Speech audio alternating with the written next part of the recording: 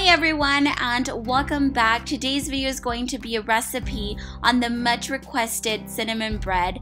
I finally decided to do this for you all because you've been asking for it, and if you decide to do this yourself at home, please send us in pictures so that we can share them in our future vlogs. I hope that y'all enjoy this recipe. Let's get it started.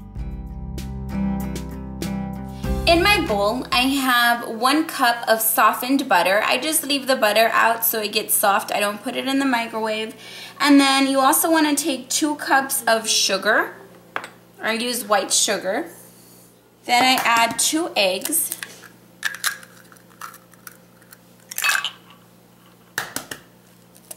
And I like using large eggs, just so you guys know they're not small ones. Then I'm going to take 2 cups of buttermilk. I'm going to add that.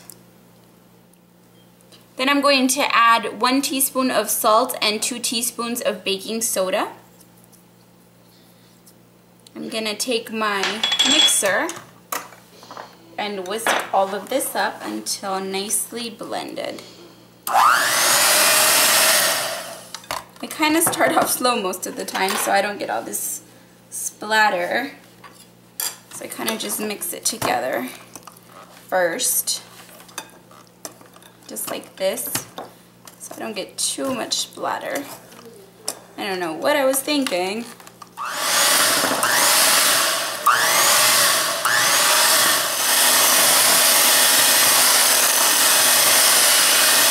I'm gonna now throw in 1.5 teaspoon of vanilla extract. Gosh, I was lost for words there. Mix that up. Then I like adding some vanilla bean, and vanilla bean looks just like this, and you cut it in half and just scrape it out.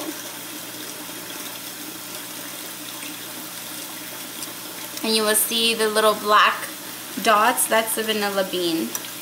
And go ahead and mix everything together. Now I'm going to add half of the flour, so about 2 cups. That's good enough. And then mix this out. And again, I just start off slow so it doesn't go everywhere. Now I'm going to add the rest of the flour. 4 cups total.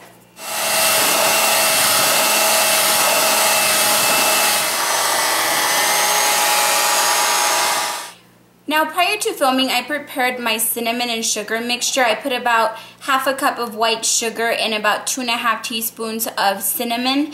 And now I have my batter ready to go. And as you can see, it's not very stringy or soft. It's very thick.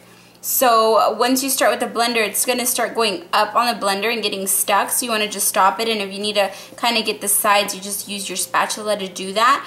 And now I've greased 2 loaf pans, about 10 inches each, and it's just with some butter. It's nothing too serious. I'm gonna fill about half of each loaf pan, just like this. I'm gonna fill about halfway on each, half of the mixture to each one, just like that. And then what you want to do after that is just swirl this out. Now I'm going to pour the rest of the batter in. Great, so now I'm going to go ahead and add the rest of the mixture.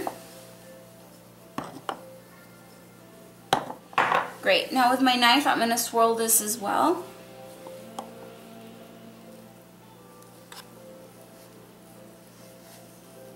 Pour the rest of it right over.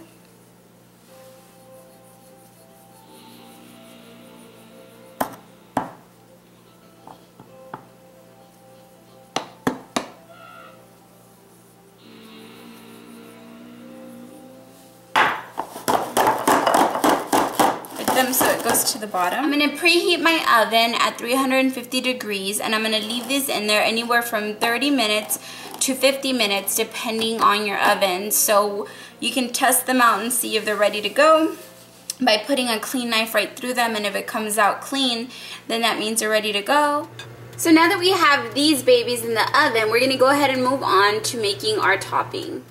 For my topping, I use a cream cheese topping, and what I do is I put 1 pack of Philadelphia cream cheese, I put 1 cup of powdered sugar, I put half a cup of butter, 1 teaspoon of vanilla, and a little bit of vanilla bean. That's where you see the black spots there.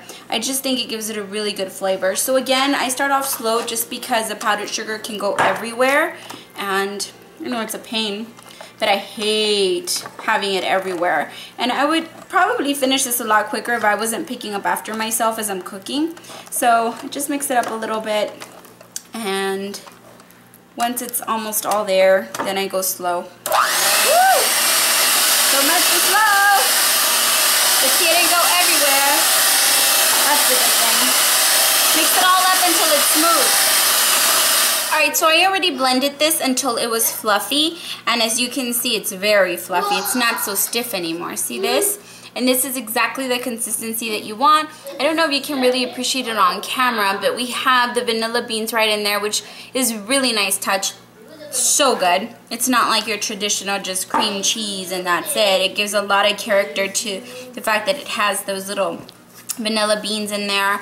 I think it gives it amazing flavor. So now I'm just gonna go ahead and add some Glad Wrap to my bowl and wait for the bread to finish up in the oven, and then meanwhile I'll leave this in my refrigerator till I'm ready to use it. Yummy. So here's the bread right out the oven, and it's very hot right now, so I'm gonna let it cool down a little bit, the pans, before I allow them to cool down on my stove top, just because you kind of want to put them on the something that may have some holes, kind of like a rack, so that they can breathe and cool down. Now as you can see, my bread is just sitting right on my stove top so it can cool down, and it has an opening on the bottom obviously so it can kind of breathe. I allow these to cool down for about 30 to 45 minutes, maybe even an hour, till they're no longer warm. Otherwise, when you put the cream cheese on top, it'll melt. So be patient, it'll be worth it. So guys, here we have our loaf. It's very, very lightly warm. It's almost cooled down. I'm gonna go ahead and cut this. I like to cut the ends. Just be very careful. Make sure you have a knife that has teeth on it, just so that it doesn't, you know, make a mess. Just cut that off. I don't know, I've always cut the ends off. I don't really like the roughness of them. But it's all preference. If you want to keep it, you can. Now I have my loaf just like this. It's super moist right in here. You can see that. See? Oh, so good. Another spatula. I'm using a mini one here. And grab your topping. And now it won't melt on you because it is not hot. And I just take my time here and make sure I basically use the topping as glue. So just take your time and apply it on all the edges really carefully, and then we'll take care of like the artwork towards the end, making sure it's nice and pretty. I'm just gonna go ahead and just swirl it out just like this so it looks pretty. This is finished. I'm gonna go ahead and slice it, and then I'm gonna place it in a to-go plate. I buy these containers from the dollar store, so that in case they don't return my good ones back, I don't have to worry. And then I just slice it into medium thickness in the slice. You can go a little bit thinner, but I kind of like going about 1 inch to 1.5 inches. And this is how I basically place it on the plate. You can see really nice and moist. It's still warm. Oh, so good.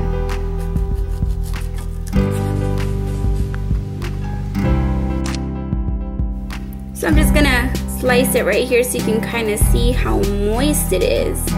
Look at that, you guys. So good. And you can see some of the cinnamon has that gooiness to it, which is really good. It's so, so good. And honestly, it's great for breakfast or just like a snack for coffee. It's just so good.